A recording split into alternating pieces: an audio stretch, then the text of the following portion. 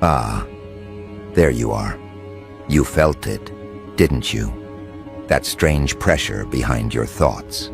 That moment where a passing idea lingered a second longer than it should have. That split second where you realized your mind isn't just wandering lately, it's building. Welcome to the phase nobody warns you about. Not because it's rare, but because most people don't survive it consciously. Right now, you're not just thinking, you're loading something. And the universe is listening way more closely than usual. Which is not comforting. It's fascinating, slightly unhinged, and potentially disastrous if you keep pretending nothing's different. They're not watching you yet. That comes later. What's happening now is quieter. Your thoughts are behaving like instructions. Your emotions are acting like requests. Your casual what-ifs are being treated like commitments. That's why you've been feeling that low-grade tension. Not panic, not excitement, but that eerie sense that something is leaning forward behind the curtain, waiting to see what you'll do next. This is the part where people accidentally create problems and then swear it came out of nowhere. This is also the part where others stumble into breakthroughs and claim they just got lucky. Neither group is telling the full story. Let me ask you something uncomfortable. What have you been mentally rehearsing lately? Not the polished optimism, not the thoughts you'd admit out loud, the real loops. The ones you replay when you're tired, distracted, or alone. Because right now, those loops aren't harmless. They're fertile. They're gaining momentum. They're testing how much reality is willing to bend to accommodate them. And if you're not paying attention, you'll wake up surrounded by circumstances that look suspiciously like your inner world decided to externalize itself overnight. This is why you need to be careful. Not afraid. Careful. There's a difference. Fear scatters energy. Care sharpens it. And what's moving through you right now is sharp enough to cut in either direction. The energy of creation doesn't discriminate. It doesn't reward morality. It doesn't pause to ask if you're ready. It simply responds efficiently, almost aggressively. Whatever you keep feeding, emotionally, mentally, imaginatively, is being taken seriously.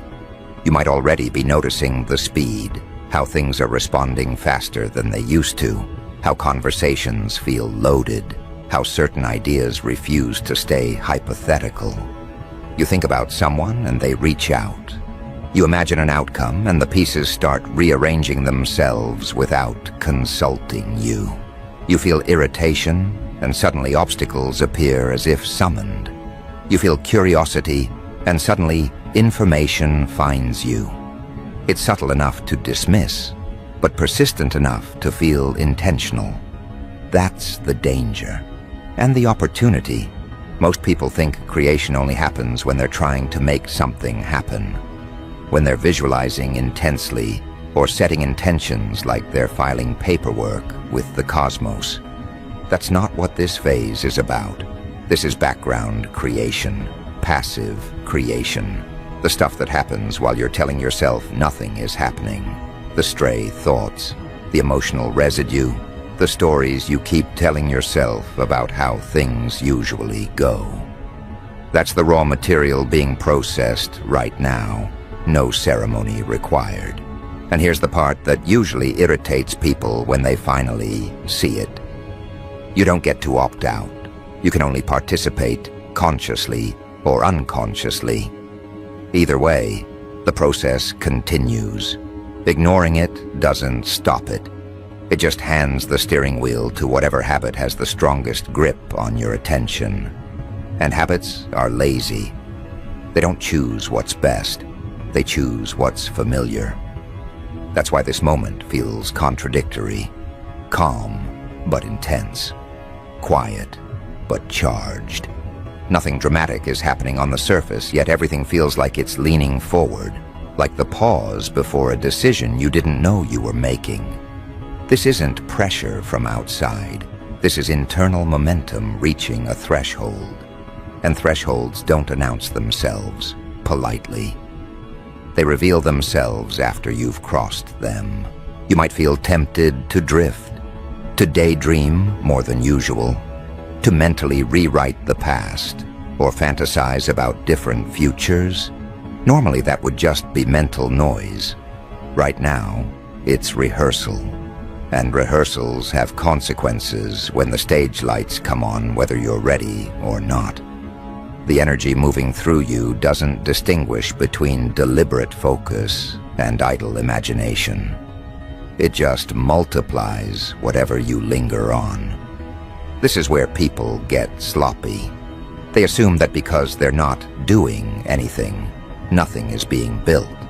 They underestimate how powerful repetition is when conditions are right. They underestimate how quickly an idea can turn into a pattern when the environment is cooperative. And right now, the environment is extremely cooperative.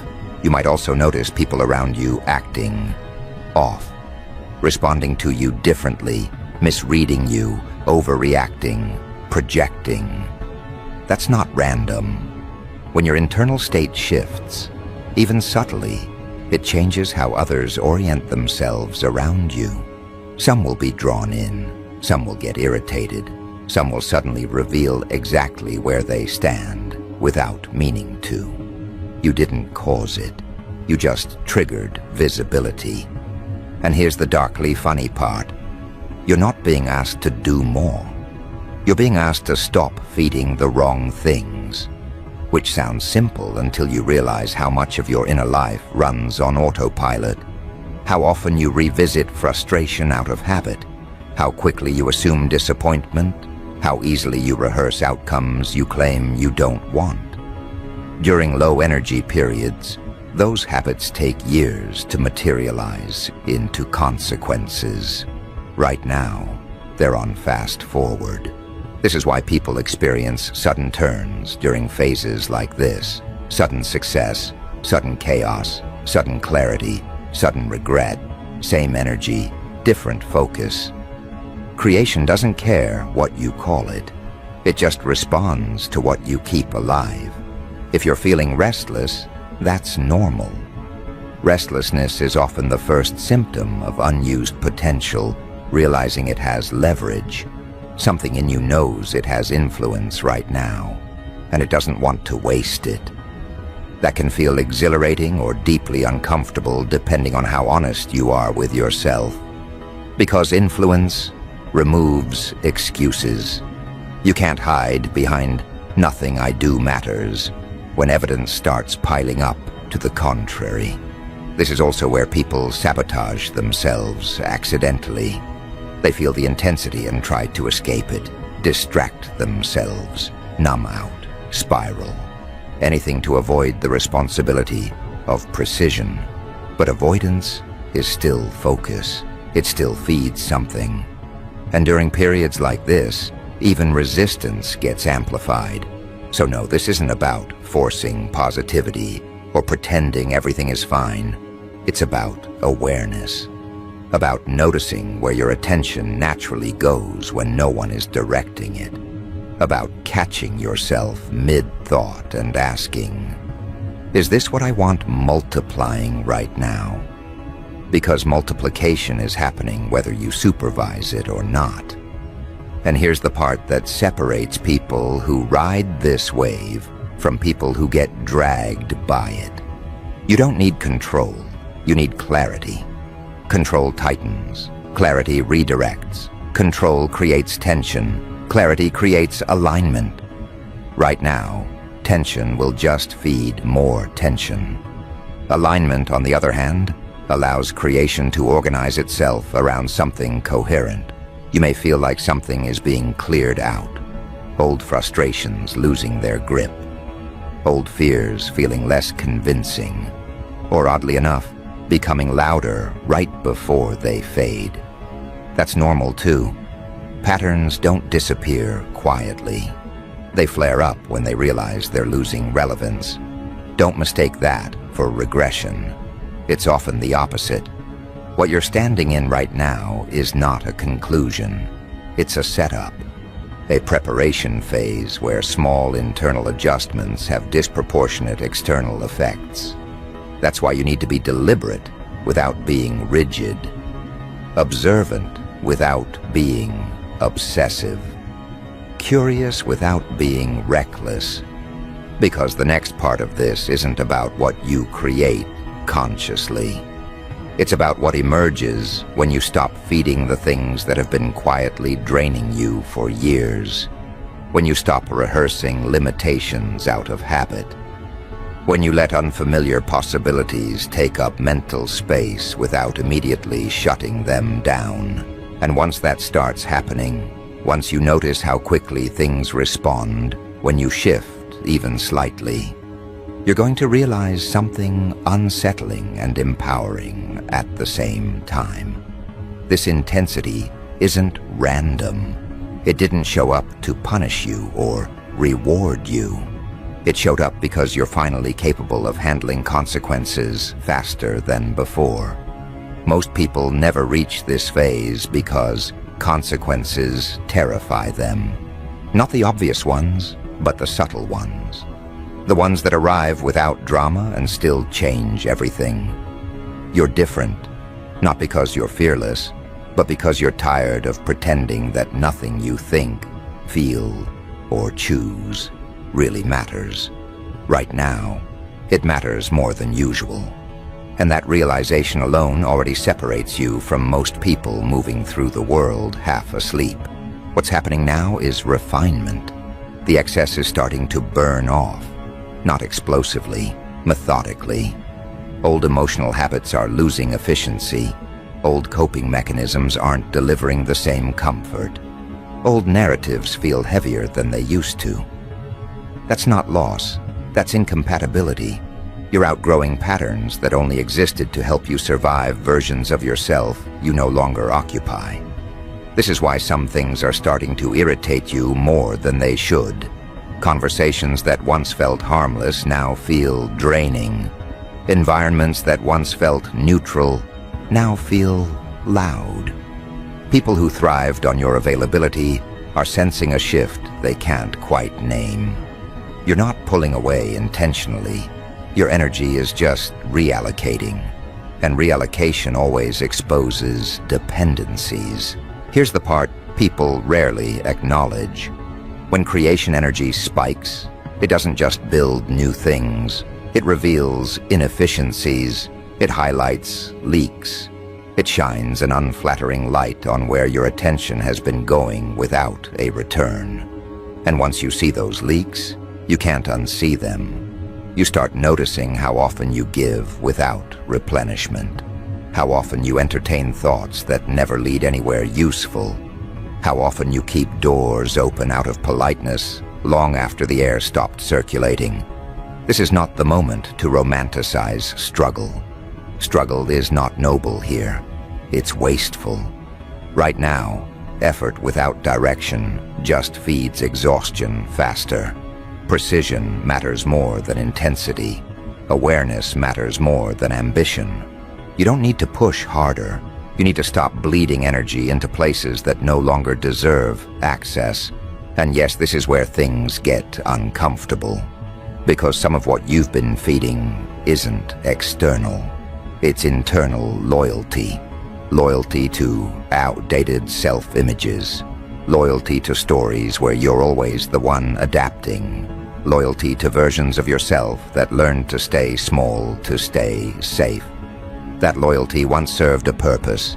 It kept you functional. It kept you moving. But right now, it's costing you momentum. Momentum is the key word here. You're not starting from zero. You're carrying speed. That's why even small internal adjustments are producing noticeable effects. That's why half decisions are suddenly showing consequences.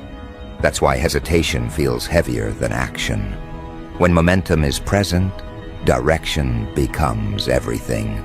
You may notice that certain desires feel sharper now. Less negotiable, less theoretical. You don't just want change, you want alignment. You want coherence between what you think, what you feel, and what you tolerate.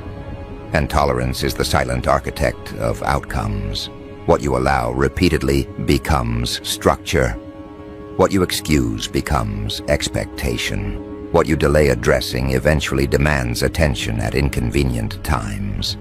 This phase is ruthless in a quiet way. It doesn't attack you, it exposes you. It shows you where your words and your inner behavior don't match. And the exposure isn't public, it's internal. You feel it as restlessness, as irritation, as a sense that something is off even when everything looks fine on paper. Pay attention to that feeling.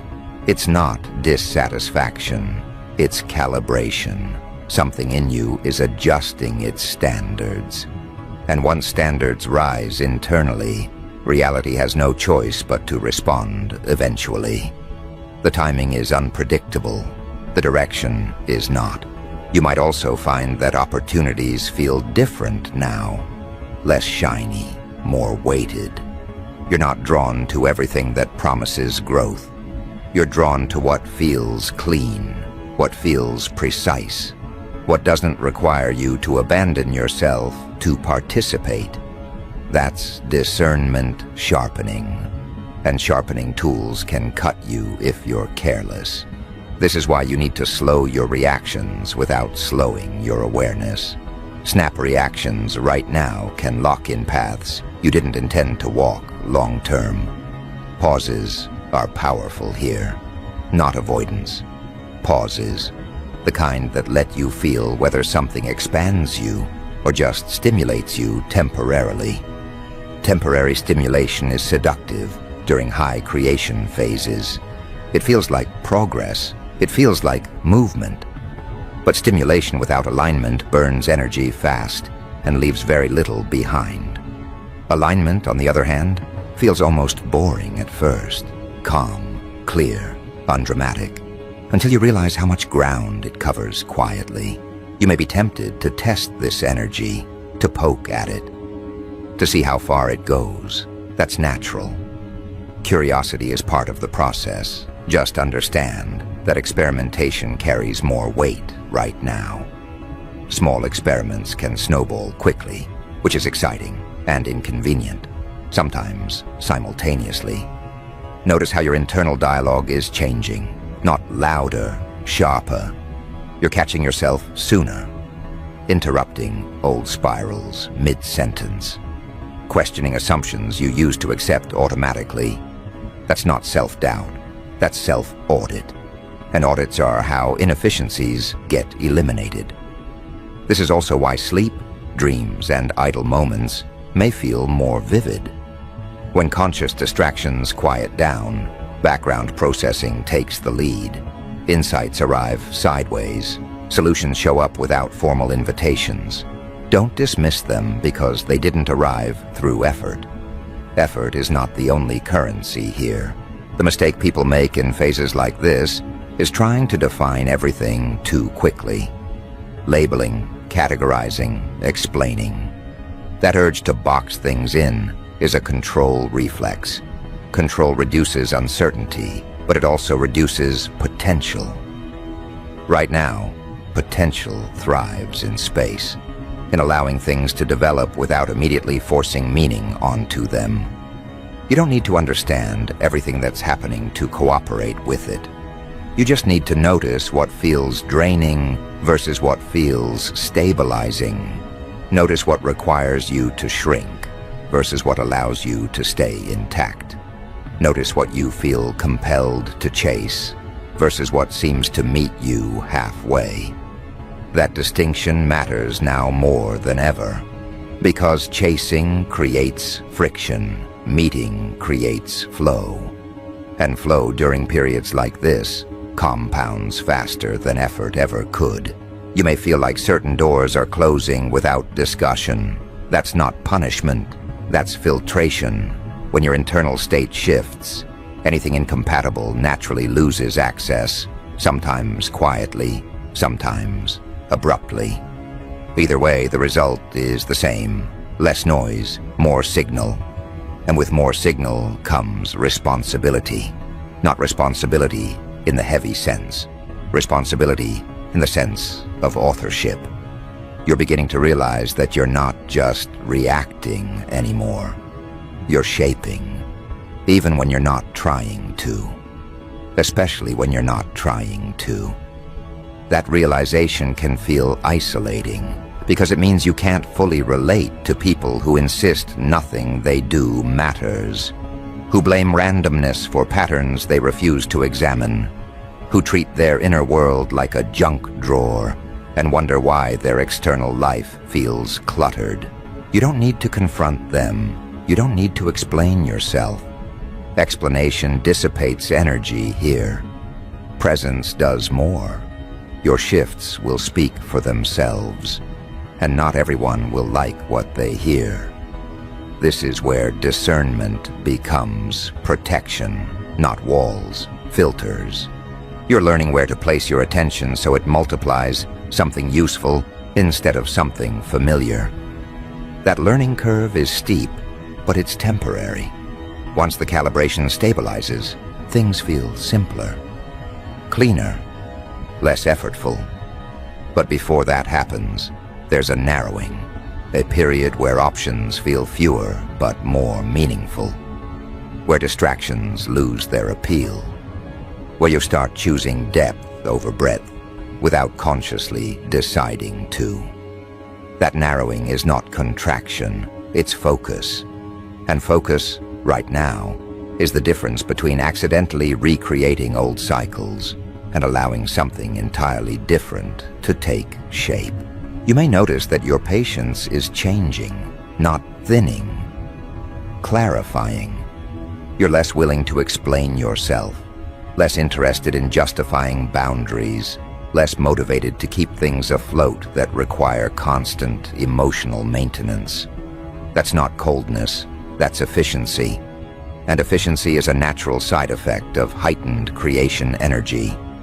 Waste becomes intolerable when output accelerates.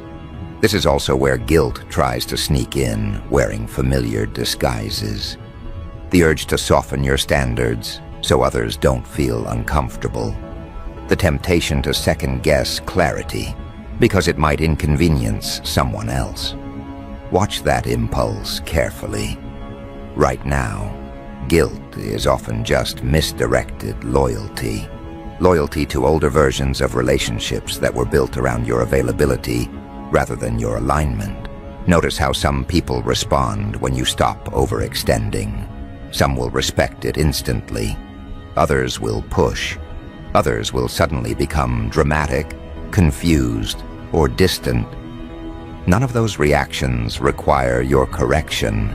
They're information, clean, unfiltered data about who is benefiting from your diffusion versus who can meet you at your current level of focus. This narrowing also applies internally. Certain thought patterns don't survive scrutiny anymore. You catch exaggerations faster. You question emotional assumptions sooner. You're less willing to spiral just because a thought is loud. That doesn't mean emotions disappear. It means they stop running the entire operation unchecked. And here's something most people misunderstand. Focus doesn't make life rigid. It makes it responsive. When your attention isn't fragmented, you can adapt faster. You can pivot without panic. You can notice subtle shifts before they become crises. Fragmentation, on the other hand, creates the illusion of flexibility while actually slowing everything down. Right now, you're becoming more responsive by becoming more selective. That's why your tolerance for nonsense is dropping. That's why forced conversations feel heavier. That's why environments that don't support clarity feel draining almost immediately. Your nervous system is recalibrating to efficiency, and inefficiency feels like static. You might feel a strange combination of calm and urgency. Calm because you're not scrambling. Urgency because you can feel momentum building and you don't want to misdirect it. That combination is rare, Most people only feel one or the other. When both are present, it means something is lining up internally that hasn't before. This is also where people often ask the wrong question. They ask, "What should I do?" That's a low-quality question right now. Action will reveal itself naturally once focus stabilizes. The better question is, what am I still feeding that doesn't belong in the next version of my life? That question removes more obstacles than any action plan ever could. Because creation energy doesn't just add, it amplifies. And amplification without discernment magnifies clutter just as easily as it magnifies progress. If your internal environment is crowded, things feel chaotic fast. If it's clean, things organize themselves with minimal effort. You may notice that some desires you thought were essential are quietly dissolving, not with drama, with indifference. They simply don't grip you the same way. That's not loss, that's recalibration. Desire isn't disappearing, it's refining, becoming less about compensation and more about expression. This is why chasing feels wrong right now. Not because ambition is bad, but because misaligned ambition wastes too much energy. What feels right is attraction without strain. Movement that doesn't require you to override your instincts to maintain it. Progress that doesn't demand self-betrayal as an entry fee. You're also learning the difference between pressure and pull. Pressure feels urgent but draining. Pull feels calm but persistent. Pressure screams. Pull doesn't need to. During this phase, following pressure leads to exhaustion. Following pull leads to unexpected efficiency. And yes, this can feel lonely at times. Not because you're isolated, but because fewer things resonate deeply. Surface-level engagement loses its grip. You're not interested in being everywhere. You're interested in being effective. That shift alone changes your entire relationship with time. Time starts behaving differently when focus sharpens. Hours stretch or compress depending on alignment. Tasks that used to feel heavy move faster. Things that once filled your day lose their hold. You're not managing time anymore. You're allocating attention, and attention is the real currency here. Be mindful of what you consume during this period. Not just media, but conversations, environments, emotional exchanges.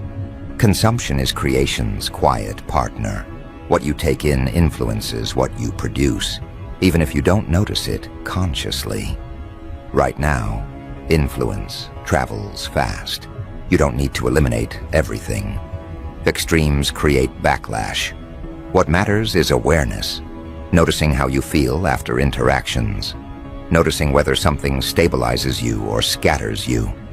That feedback is reliable right now. Trust it. You may also find yourself less interested in explaining your internal process to others. That's wise. Some things need time to solidify before they can be articulated. Premature explanation diffuses energy. Let your changes become undeniable before they become discussable. This narrowing phase doesn't last forever. It's transitional. It's the compression before expansion takes a new shape. Think of it as a period where loose ends are being quietly removed, so momentum can move cleanly forward. It feels restrictive only if you're still attached to noise. Once focus stabilizes, creation becomes less volatile and more intentional. But you're not there yet. You're in the calibration window, where attention is powerful but still sensitive, where habits are being rewritten, where small choices carry disproportionate weight. This is why awareness matters more than confidence right now. Confidence without awareness becomes reckless. Awareness without confidence becomes hesitation. You're learning to balance both, to act without rushing, to pause without stalling, to choose without second-guessing. And here's the part that doesn't get talked about enough. When creation energy is this strong, the environment starts responding before you feel ready. Opportunities appear that test your clarity. Distractions present themselves as rewards. Old patterns knock politely, pretending they've changed. That's not sabotage, that's examination. Examinations aren't meant to trick you. They reveal what you've actually internalized versus what you've just intellectually understood. And right now, your responses matter more than your intentions. So if things feel a little stripped down, a little quieter, a little more focused than usual, that's not a warning sign. That's preparation. Something is consolidating. Something is organizing itself around the version of you that's emerging instead of the one that was convenient to keep around. And once that consolidation completes, once focus locks in fully, the pace changes again. The responsiveness increases, the feedback loop tightens, and that's when creation stops feeling abstract and starts feeling undeniable. This is the moment people usually misinterpret. They assume the intensity means they should rush, that they should hurry up and make something happen before the window closes. That instinct is understandable. It's also the fastest way to misfire.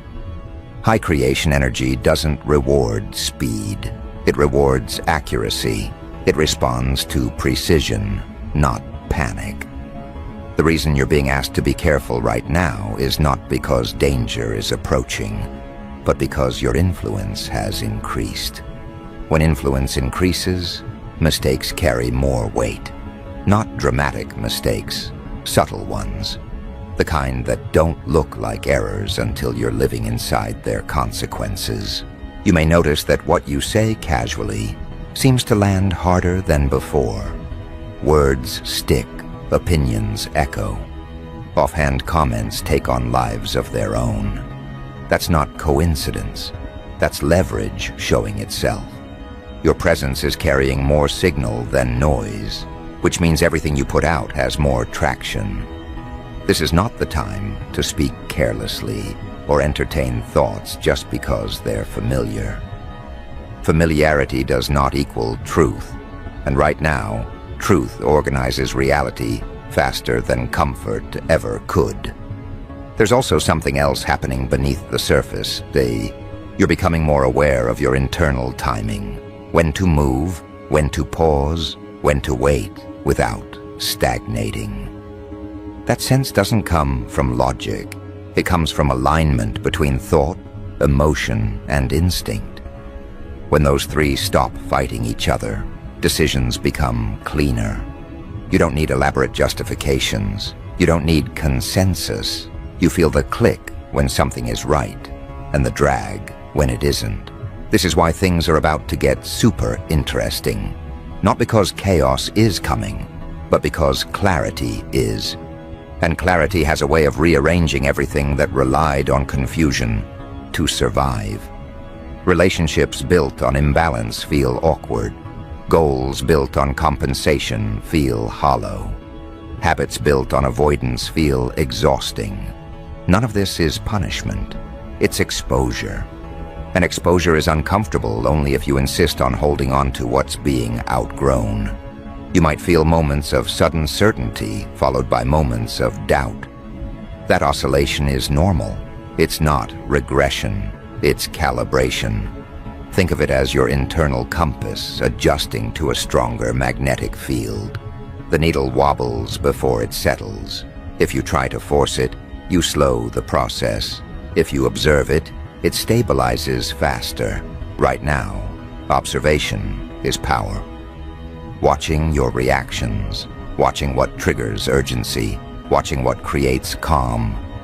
Those observations are not passive, they're active data collection. And data, when interpreted honestly, prevents unnecessary detours. You don't need to fix everything. You need to notice everything that consistently pulls you off center.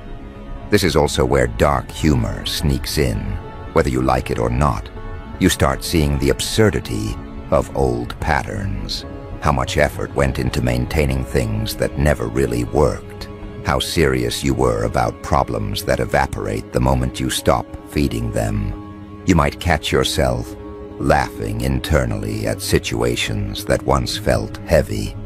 That's not dismissal, that's detachment. And detachment frees energy without requiring bitterness. Be careful not to confuse detachment with indifference. Indifference numbs, detachment clarifies. You still care, you just don't cling. You don't chase outcomes to feel complete. You don't grip scenarios to feel safe. You let things reveal what they are without forcing them to become what you hoped. That shift alone changes everything. As this intensity continues, you'll notice that creation becomes less about imagining and more about selecting. Options appear, but not all of them deserve attention. Some are distractions dressed up as opportunities. Some are tests disguised as rewards. The difference is in how they feel over time. Distractions excite quickly and drain steadily. Aligned paths may feel understated at first, but they build momentum without friction. This is where patience becomes a strategic advantage, not passive waiting, active restraint, choosing not to react to every impulse, choosing not to chase every possibility, choosing to let things develop one layer deeper before engaging. Restraint right now is not limitation, it's direction. You may also feel a growing intolerance for self-deception. Small lies you tell yourself to stay comfortable start to feel abrasive. You can't unknow what you know anymore. And that's a good thing, even when it's inconvenient. Knowledge creates responsibility, but it also creates freedom. Freedom from cycles that only persist because they're never questioned. This is the phase where you realize that creation isn't about adding more to your life. It's about subtracting what doesn't belong, so what does belong has room to expand. Expansion without space just creates pressure. Space without expansion creates stagnation. Right now, both are happening in sequence. Clearing, then building, quietly, efficiently. Be mindful of how you frame your experiences during this period. The stories you tell yourself are blueprints. If you frame challenges as confirmation that something is wrong, you reinforce resistance. If you frame them as adjustments, you cooperate with refinement. Language matters more than usual because language shapes interpretation, and interpretation directs energy. You might notice that your tolerance for chaos drops.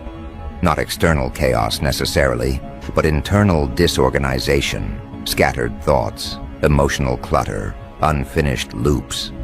These start demanding closure. You feel an urge to resolve, not because you're impatient, but because unresolved energy feels heavier now. Resolution frees capacity. Capacity allows creation to flow without obstruction. This is also why boundaries feel easier to enforce. Not because you've become harder, but because you've become clearer. Clear boundaries don't require aggression. They're communicated through consistency, through what you respond to and what you don't, through where you place your attention and where you withdraw it. Attention is endorsement right now. Use it deliberately. You may find that people project more onto you during this phase. Their expectations, their assumptions, their fears. That's not your responsibility to manage. Projection intensifies when someone senses coherence they don't yet have. Stay grounded. Don't absorb what isn't yours. Reflection is not absorption. As the pace increases, synchronicities may feel less like surprises and more like confirmations. Things line up not because you asked for them explicitly, but because your internal state is finally compatible with them. Compatibility is underrated. It's not about desire, it's about readiness. And readiness isn't something you declare, it's something demonstrated through behavior. This is where care becomes essential. Care in what you agree to, care in what you tolerate, care in what you rehearse mentally, care in what you dismiss. Every choice is a vote, not just for outcomes, but for identity. Who you are becoming is being reinforced through repetition right now, faster than usual. You might feel tempted to explain this process to others, to justify your shifts, to narrate your evolution. Resist that urge. Explanation dissipates energy. Integration concentrates it. Let your actions speak. Let your consistency communicate. The people who need explanations are rarely the ones who understand them anyway. As this phase unfolds, you'll notice that some desires sharpen while others dissolve. That's discernment refining itself. Desire without clarity creates chaos. Clarity without desire creates stagnation. You're learning to hold both without forcing either. That balance is rare, and it's the reason things are about to get interesting in ways you can't fully predict yet. There will be moments where you feel ahead of yourself, moments where you wonder if you're imagining the acceleration. Those moments pass quickly once results begin to surface. Not necessarily dramatic results, subtle shifts, easier movement, cleaner decisions, fewer internal debates. Those are the real indicators that creation is responding.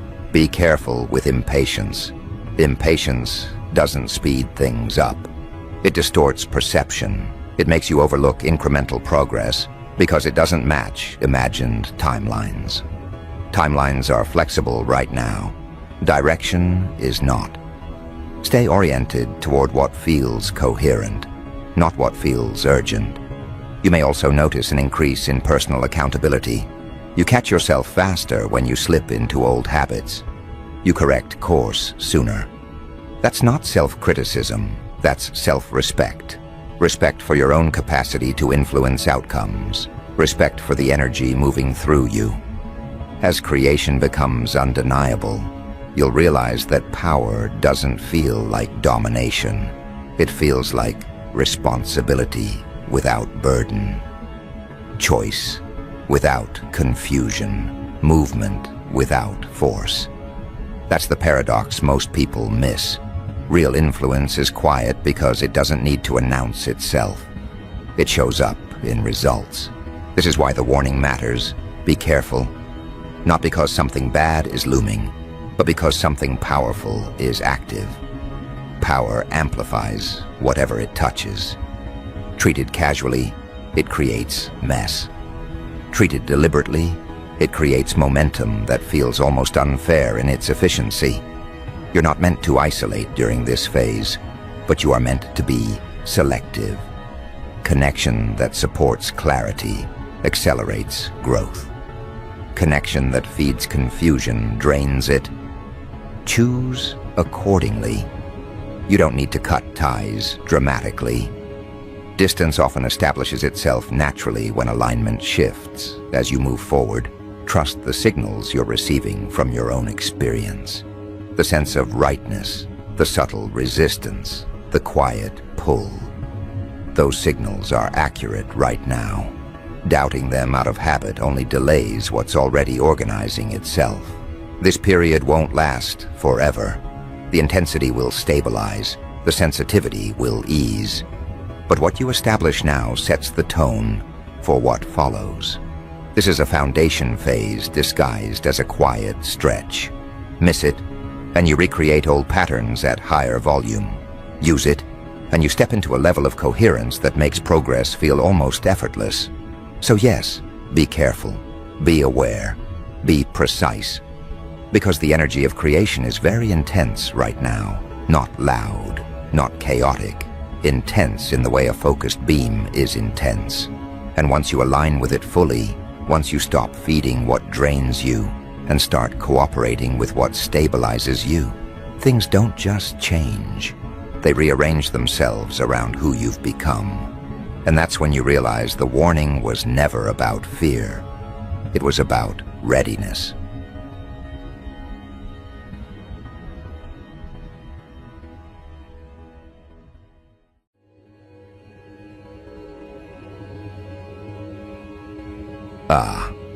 There's a reason the reaction to you sounds exaggerated, overblown, almost hysterical.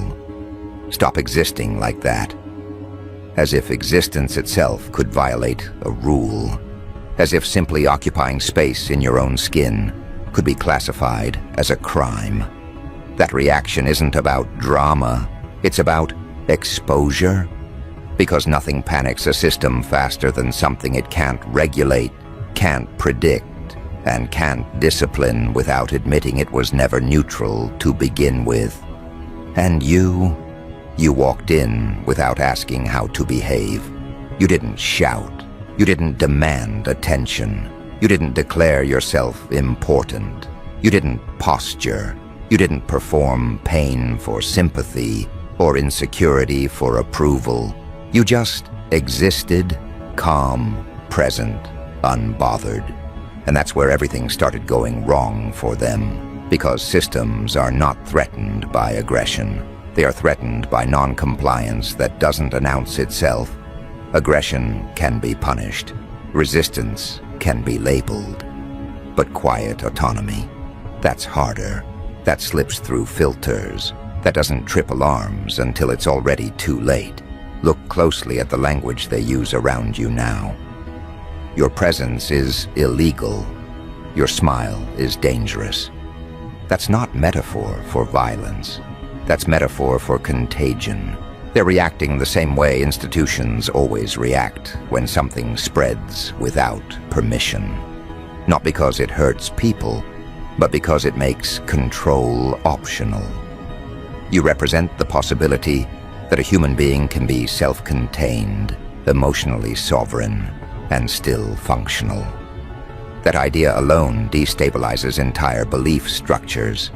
Your smile is doing more damage than rage ever could, because rage fits the script. Rage confirms the system's story that the world is hostile, unfair, and requires management. Rage justifies rules. Rage gives authorities something to point at. But your smile, calm, neutral, unafraid, that smile doesn't ask for protection or validation. It doesn't signal submission. It doesn't broadcast need. It doesn't say, "Please accept me." It says nothing. And that silence is what scares them. Systems depend on visible anxiety. They run on it.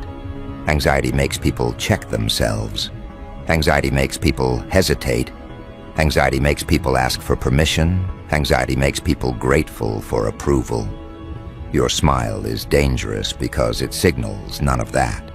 It says you are not negotiating your existence. You are not waiting for feedback.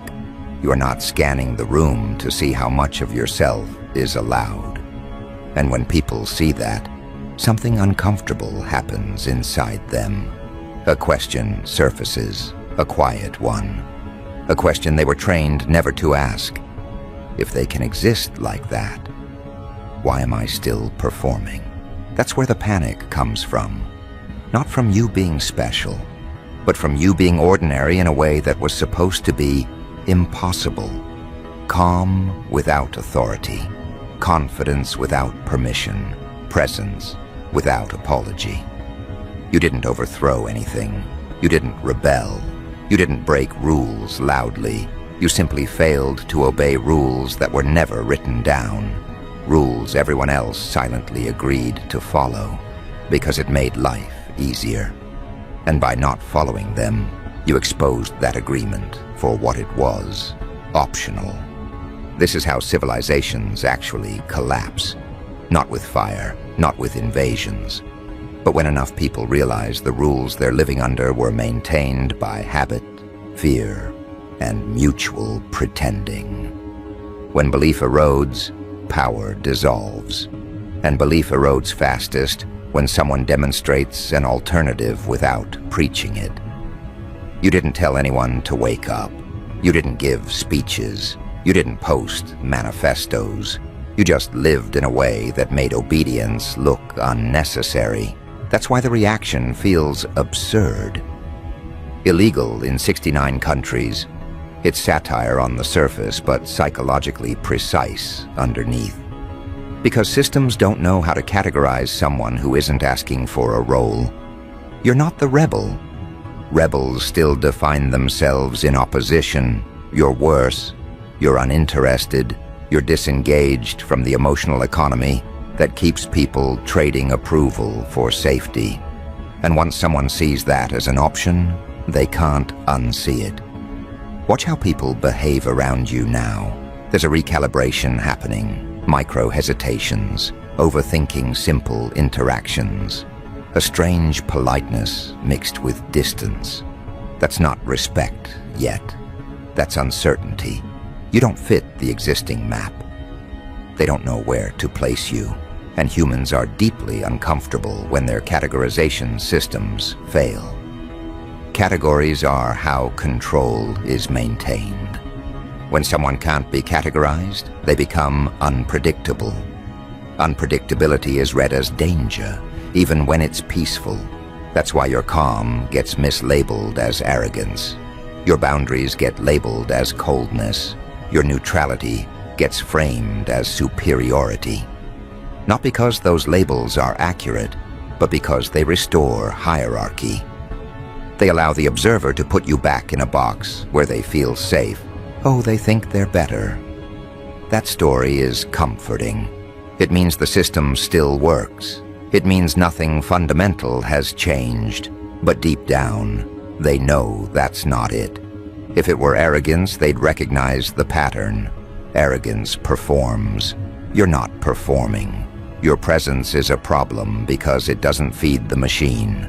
You don't provide the expected emotional signals. You don't over-explain. You don't self-deprecate to make others comfortable. You don't rush to reassure people that you're harmless. You don't flatten yourself to fit the room. You let the room adjust instead. And most rooms were never built for that. They were built to contain, not to adapt. Here's the part most people miss. You didn't choose this to make a statement. This wasn't strategy. This wasn't rebellion. This was self-alignment. You stopped managing perception. You stopped performing relatability. You stopped diluting your reactions to keep social peace. You stopped editing yourself in real time. And when you do that, something shifts. Your nervous system exits negotiation mode. You stop broadcasting need. You stop signaling availability for control. That's when systems lose leverage. Because control requires hooks. Emotional hooks, guilt, fear, desire for approval, need for belonging. When those hooks aren't there, influence collapses. And influence collapsing feels like danger to people who benefited from it. That's why the language escalates. Public safety hazard. Civilization collapse. These aren't accusations. They're defensive fantasies. The mind reaching for drama to justify discomfort it can't otherwise explain. What's actually happening is simpler and more terrifying. You're reminding people of a version of themselves they abandoned. Not through words, but through contrast. They see you existing without the constant background hum of self-monitoring, and it irritates them. Not because you're wrong, but because you're right in a way that costs something. To live like you do would require them to drop excuses, confront fears, and dismantle identities built around compliance. That's expensive, psychologically expensive, so instead they label you as the problem. This is why your smile is treated like a hazard, because it communicates that you're okay without the things they rely on, without validation, without reassurance, without permission. And once that possibility enters a collective space, It spreads, not through persuasion, but through observation. Someone watches you. They notice you're not anxious, not apologetic, not shrinking. And a thought forms. What if I didn't either? That thought alone is enough to destabilize years of conditioning. You're not collapsing civilizations. You're collapsing illusions of necessity. The illusion that people must be small to be safe. The illusion that calm must be earned. The illusion that confidence must be justified. The illusion that existence requires approval. Those illusions hold up more than governments ever did. They keep people obedient at a cellular level. When one person quietly opts out, it's manageable. When others notice, it becomes a problem. That's when systems start shouting. That's when exaggeration appears. That's when jokes about illegality mask real anxiety. Because if what you're doing is allowed, then what everyone else is doing becomes a choice. And choice is dangerous to structures built on inevitability. You're not forcing anyone to change. You're just standing there, proof that another way exists. And that's enough. Notice something important. You're not recruiting followers. You're not leading a movement. You're not asking people to join you. That's why this is so effective. There's no organization to attack, no ideology to discredit, no leader to demonize, just a person existing without the usual compromises. That kind of disruption is hard to stop because it doesn't announce itself. It doesn't demand confrontation. It doesn't give the system a clear enemy. So instead, the system turns the language up, makes it sound absurd, makes it sound extreme, tries to turn your presence into a joke, a threat, a spectacle, anything to avoid the real conversation, which is this. Why does someone being calm, self-possessed, and unapologetically present make us so uncomfortable? That question leads somewhere dangerous. That question leads inward. And inward is where most control systems fall apart. You might feel the tension around you increasing, the subtle distancing, the forced humor, the sudden seriousness when you enter a space. That's not imagination. That's recalibration. People are adjusting their behavior because the old scripts don't work on you anymore. You don't respond the way you're supposed to. You don't play your part. And when one character breaks script, the entire play feels unstable. Here's the thing they don't want to say out loud. If more people existed like you, calm, grounded, unbothered by approval, many roles would disappear overnight. Gatekeepers would lose relevance. Performative confidence would look hollow. Fear-based authority would weaken. Entire industries built on insecurity would struggle. That's why your presence feels illegal. Not because it breaks laws, but because it undermines business models of control. And you didn't even try to. That's the part that really messes with them. There's no villain motive to assign, no conspiracy, no rebellion to crush. Just someone who stopped shrinking. Someone who stopped existing in a way that made other people comfortable at the cost of their own coherence. Someone who aligned internally and let the external consequences fall where they may. This is only the first layer, the surface reaction, the jokes, the exaggeration, the public safety hazard framing. Underneath that, something else is happening, something quieter. People are starting to monitor themselves around you, starting to notice their own flinches, their own compliance, their own fear of standing out. And once that awareness starts, it doesn't go away easily. They can laugh it off. They can label you dramatic. They can pretend it's not real. But the moment has already passed. The question has already been planted. The comparison has already been made. And comparison, once internalized, doesn't need you anymore. It works on them from the inside. That's why this feels bigger than a personal shift. It feels systemic. Because it is. Not because you're powerful in the traditional sense, but because you're unavailable in the traditional sense. Unavailable for manipulation, unavailable for emotional leverage, unavailable for silent contracts you never signed. And this is just the beginning, because right now, they're reacting to the fact that you exist like this at all. They're still trying to name it, frame it, neutralize it with language. But once that stops working, once the presence itself becomes normalized, the real tension begins. When people stop asking, why are they like that? And start asking, why am I not? That's when the jokes stop. That's when the exaggeration fades. That's when things get complicated. Because once your presence stops being treated like a novelty and starts being treated like a variable, the system has a different problem on its hands, a deeper one. Humor is a distancing tactic. Exaggeration is denial with glitter on it. But normalization is dangerous. Normalization means people are no longer reacting emotionally, they're recalculating structurally. And systems don't fear outrage nearly as much as they fear recalculation. This is the moment where people stop watching you and start watching themselves around you. That subtle shift changes everything.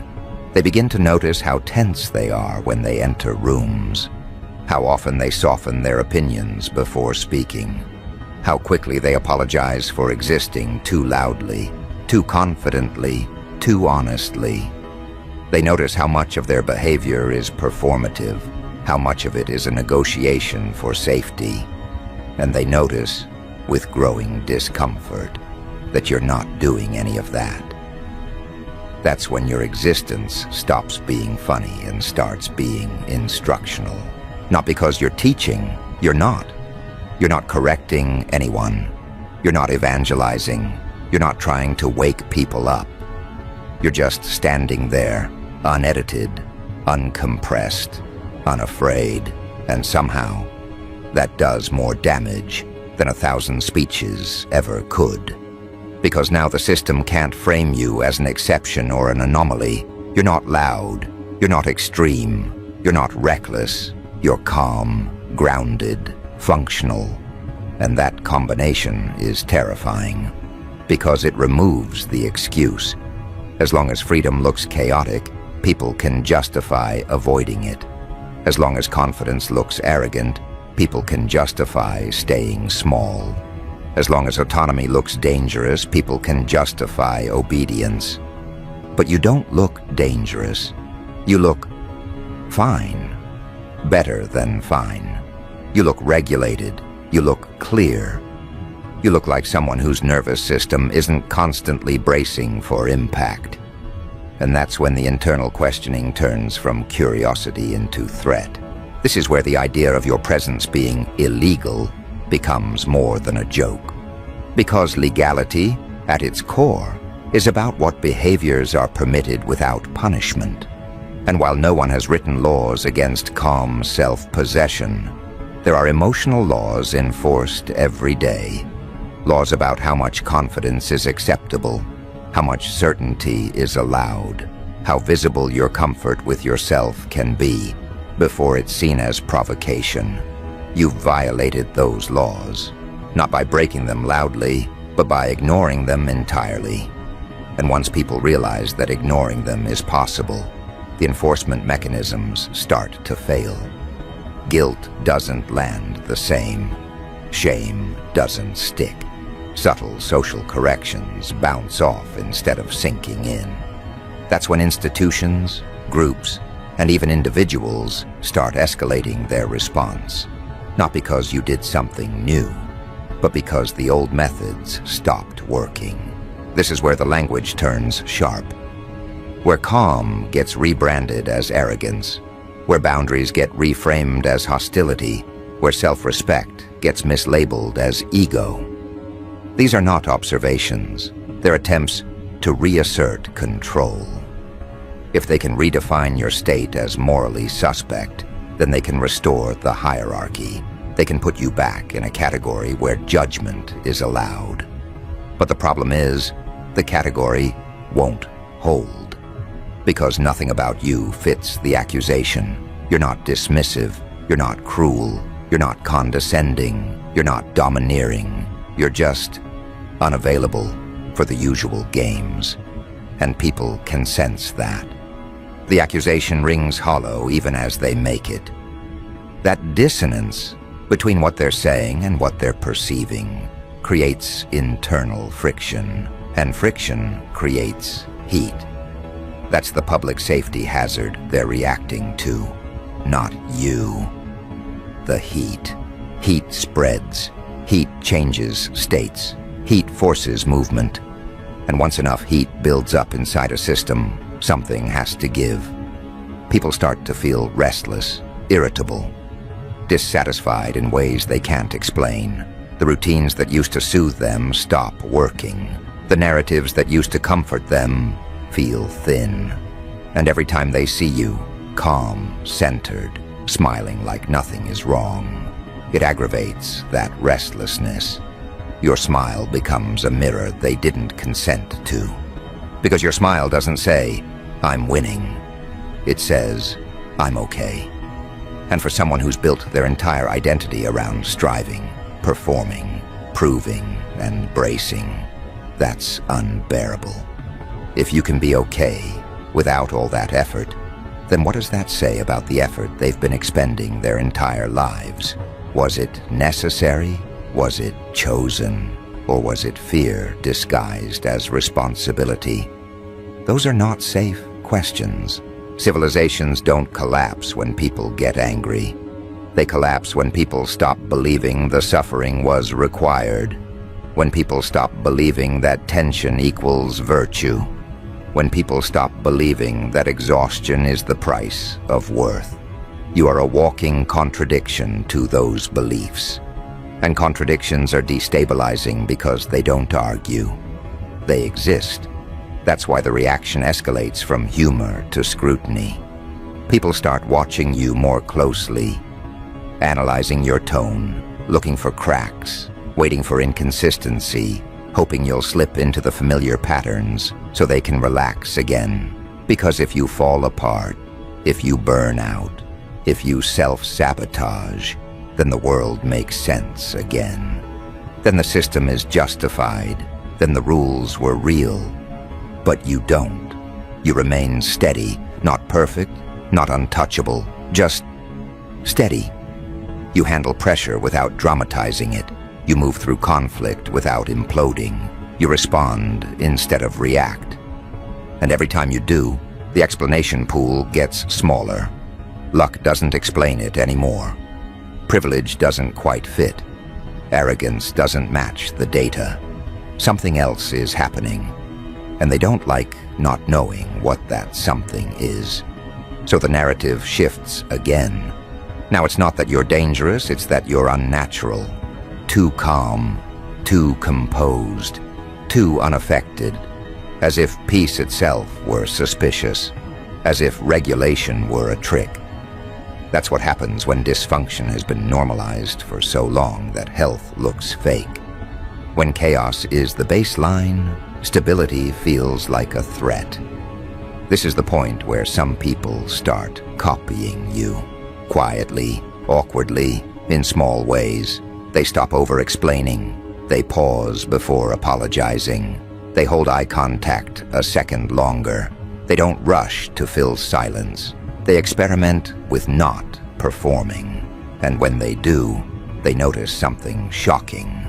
Nothing bad happens. The world doesn't end. They're not punished. They're not rejected. The fear they'd been carrying around as fact starts to look more like conditioning. That's when contagion becomes real. Not because you told them to change, but because your existence gave them permission to test the rules. And once people test rules and survive, belief erodes quickly. That's how illegal presence becomes a crisis. Not because of what you do, but because of what others start doing after being exposed to you. You become a reference point. Not a leader, not an icon, a reference point. A living data set that says, this is possible. And possibility is disruptive. Possibility makes people restless in systems designed to keep them settled. Possibility makes obedience feel like a choice rather than a duty. And once duty turns into choice, authority has to work harder to justify itself.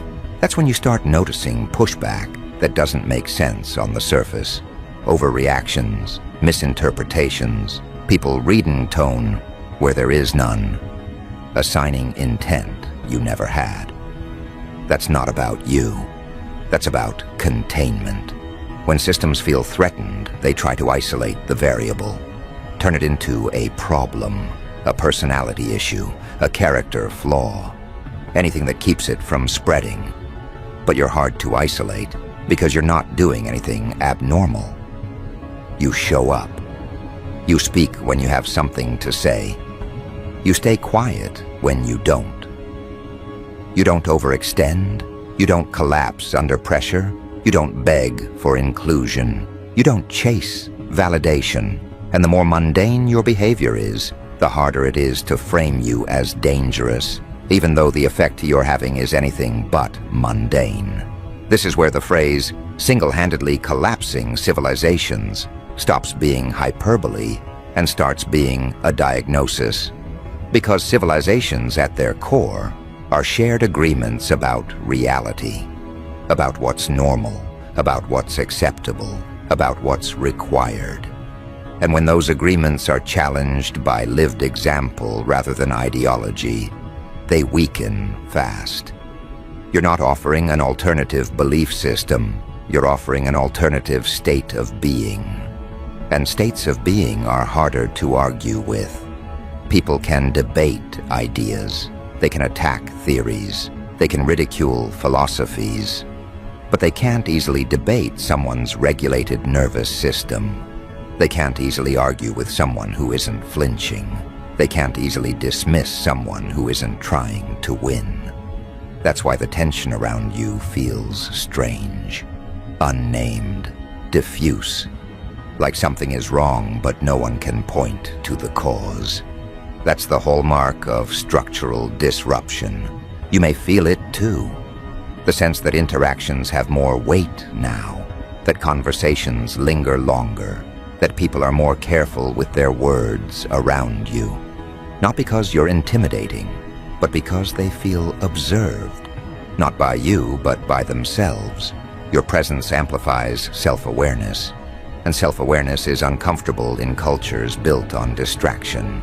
This is also where the loneliness can creep in, because as you become harder to categorize, you become harder to relate to. Not because you've changed personalities, but because you've exited the shared performance. The small talk feels thinner. The mutual complaining feels off. The bonding through insecurity stops working. You're not above it. You're just not in it anymore. And that gap can feel heavy.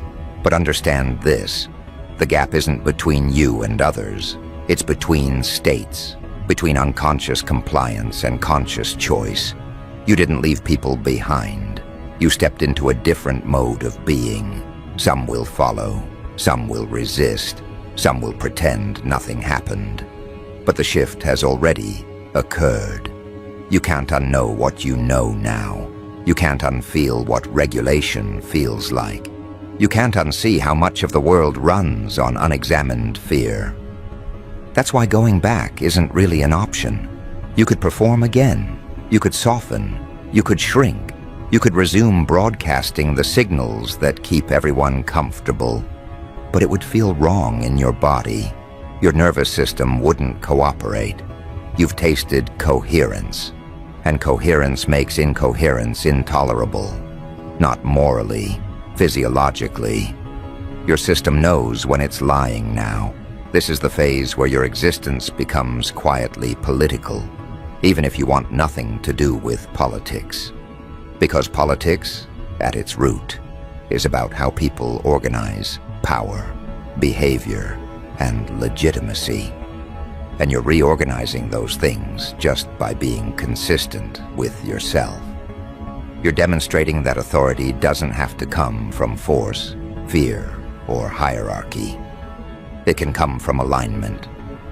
That's destabilizing, so expect the pressure to increase. Not dramatically, subtly. Expect people to test you, to poke, to see if you'll react, to see if they can pull you back into familiar emotional patterns. Not because they hate you, but because they need reassurance that the world still works the way they think it does. Your reaction would confirm that. Your non-reaction keeps the question open. And open questions are dangerous, because open questions don't resolve. They linger, they spread, they infect conversations you're not even part of. Someone leaves a room with you and starts noticing things. Someone hears about you and wonders. Someone compares themselves without meaning to. That's how influence actually works. Not through force, through contrast. You don't need to do anything differently. In fact, doing something would weaken it. Explanation would dilute it. Defense would legitimize the accusation. Overexpression would make it look performative. The power here is in your refusal to manage other people's interpretations. You let them have their reactions. You let them sit with their discomfort. You let the system reveal itself by how it responds to someone simply being okay. This is the part most people misunderstand. They think the danger comes from visibility, from attention, from being seen. But the real danger comes from being seen and not needing anything. That's what short circuits control. Because control relies on leverage, and leverage requires need. You're not collapsing civilizations by force. You're collapsing them by removing yourself as a pillar of their justification. You're no longer the anxious participant that makes the system feel necessary. You're the calm outlier that makes it feel optional. Because systems can survive rebellion. They can survive protest. They can even survive collapse and rebuild themselves with new slogans. What they cannot survive is irrelevance. They cannot survive when the thing they exist to manage no longer needs managing. And that is exactly what your presence does. It introduces the possibility that a human being can function without the constant scaffolding of fear, approval, urgency, and permission. That possibility is radioactive, not because it spreads chaos, but because it drains authority of its meaning. This is the moment where the panic becomes quiet. No more jokes, no more exaggerated headlines, no more dramatic framing. When something is laughed at, it can be dismissed. When it's exaggerated, it can be minimized. But when something refuses to go away, refuses to escalate, refuses to react, refuses to explain itself, it becomes a permanent problem. You don't look like a threat anymore. You look like a precedent, and precedents terrify systems that rely on "this is just how things are." Your smile being labeled a public safety hazard is not an insult. It's a confession. It's the system admitting that emotional self-sufficiency is incompatible with control. Because your smile doesn't reassure anyone that you're manageable. It reassures you. And that's backwards. That's upside down. That's illegal in places where people are expected to outsource their sense of safety to structures, leaders, trends, rules, and rituals that tell them when they're allowed to relax. Your calm says you already did, and that creates a problem no regulation can fix. This is where the chaotic part comes in. Because when systems can't control something directly, they start contradicting themselves. They start enforcing rules that don't apply to you, but suddenly matter a lot. They start inventing concerns that sound reasonable but feel hollow. They start policing tone instead of behavior, vibes instead of actions, intent instead of outcomes, anything to regain leverage, anything to make your existence negotiable again. Watch closely, you'll see it. The sudden seriousness, the "we just want what's best" language. The faux concern, the subtle attempts to humble you without admitting that humility is being demanded, not earned. It's almost funny if it weren't so transparent. Almost. Because the irony is thick. The people who benefited most from invisible rules are always the loudest when someone stops following them. This is where the phrase, "illegal in 69 countries," stops being absurd and starts being accurate in spirit. Not because you've done something wrong, but because you're violating emotional law. The law that says you must want something they can grant. The law that says your confidence must be conditional. The law that says your peace must be temporary. The law that says you should need reassurance, guidance, permission, or validation to justify your presence. You don't, and that makes enforcement impossible. You see, authority only works when people agree, on some level, that it is necessary. Even the harshest regimes rely on internalized belief more than force. Fear works best when it's invisible, when people police themselves. The moment someone stops doing that, stops flinching, stops preemptively apologizing, stops scanning for approval, it exposes the mechanism. And exposed mechanisms lose mystique, lose power, lose legitimacy. That's why your existence feels like sabotage even though you haven't touched anything. You didn't dismantle the machine. You stood next to it and proved it wasn't required for survival. And once that's demonstrated, the machine has to work overtime to justify itself. It gets louder, more dramatic, more performative. That's the chaos. Not destruction, but overcompensation. People will start projecting intentions onto you that you don't have. They'll say you're trying to provoke, trying to dominate, trying to disrupt, trying to be different, trying to stand out. Because the alternative is worse. The alternative is admitting that you're not trying at all. That this is simply what happens when someone stops outsourcing their self-regulation. That your presence isn't a tactic, it's a consequence. That realization is dangerous because it's accessible. It doesn't require talent, status, money, or permission. It just requires courage and consistency. And once people realize that, they start asking uncomfortable questions. Not about you, but about themselves. About how much of their personality is performance. About how many of their beliefs are inherited. About how much of their stress is optional. That's when civilizations actually wobble. Not because people revolt, but because they hesitate. Because they pause before obeying. Because they notice their own fear instead of acting from it. Because they start choosing responses instead of default reactions.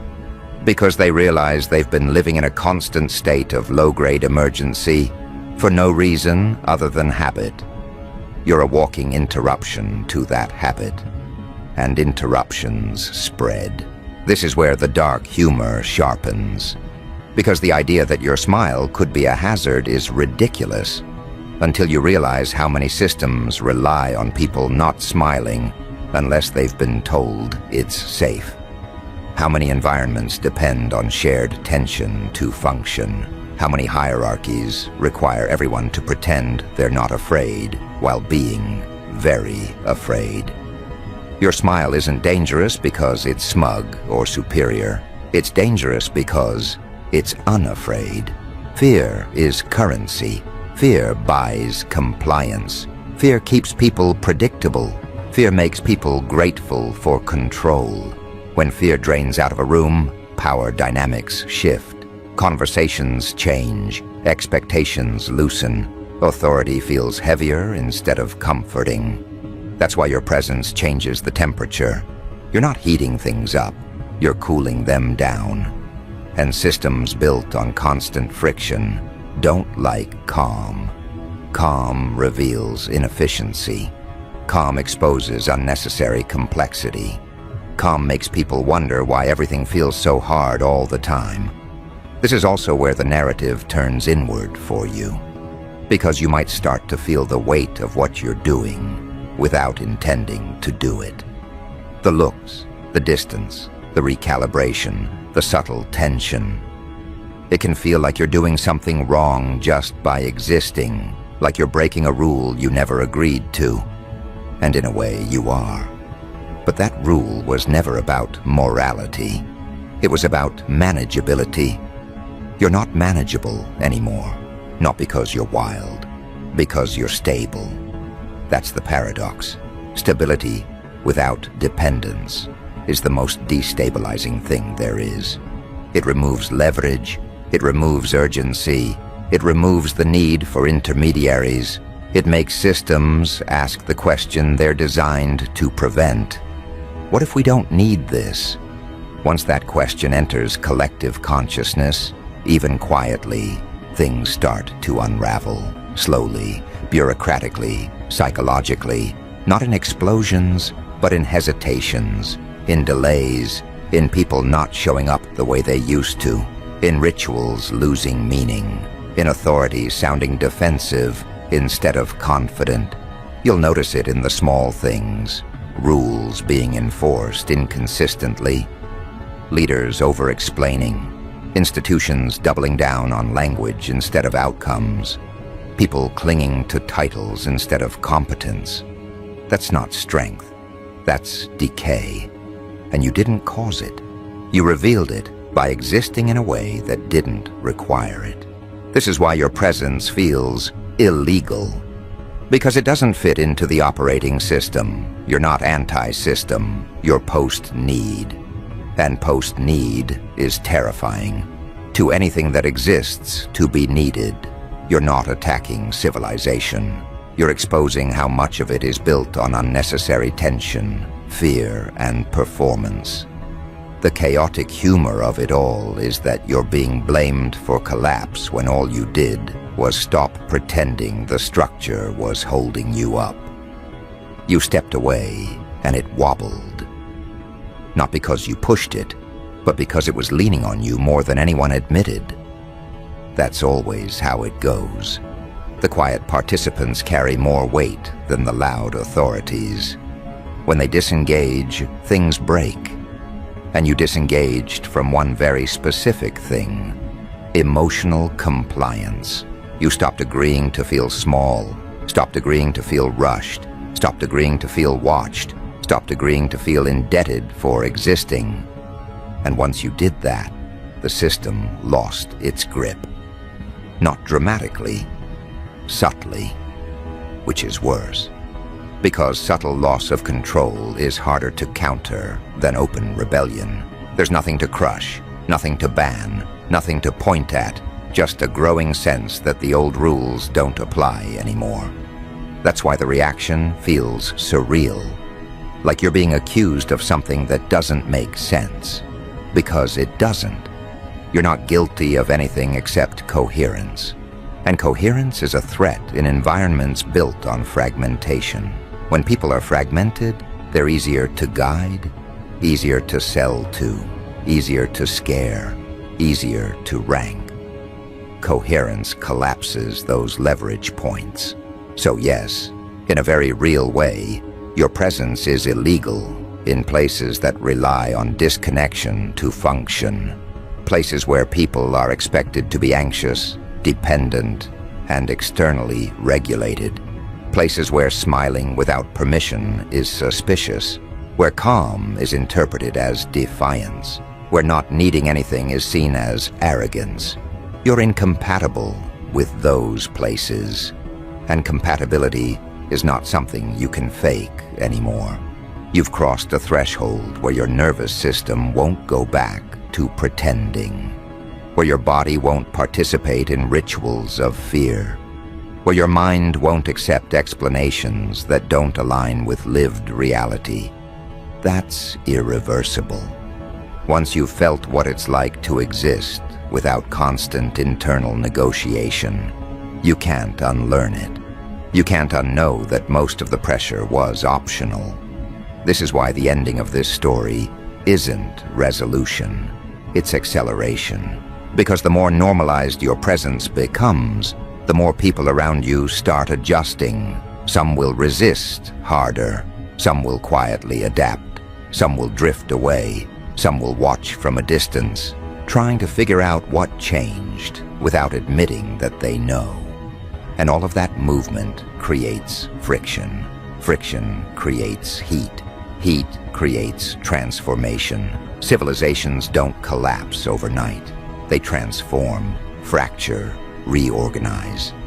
And the catalyst is almost never violence. It's awareness. The slow creeping realization that things could be otherwise. That obedience wasn't destiny. That fear wasn't required. That peace didn't have to be earned through suffering. You're not leading that realization. You're embodying it. And embodiment is contagious. So let them call it dangerous. Let them exaggerate. Let them frame your existence as a hazard, a problem, an anomaly. That language is the sound of systems losing confidence in their own necessity. It's the noise of authority, realizing it can't justify itself to someone who isn't asking. You don't need to respond. You don't need to correct the narrative. You don't need to reassure anyone that you're harmless. You're not harmless. You're disruptive in the most profound way possible. Not because you want to be, but because you refuse to live at odds with yourself. That refusal changes rooms, changes conversations, changes expectations, changes what people believe is possible. And belief is the foundation of every civilization that's ever existed. So yes, if we're being honest, your presence is a public safety hazard. Not to people, but to illusions, to unnecessary suffering, to systems that require fear to function, to hierarchies that survive on compliance disguised as normalcy.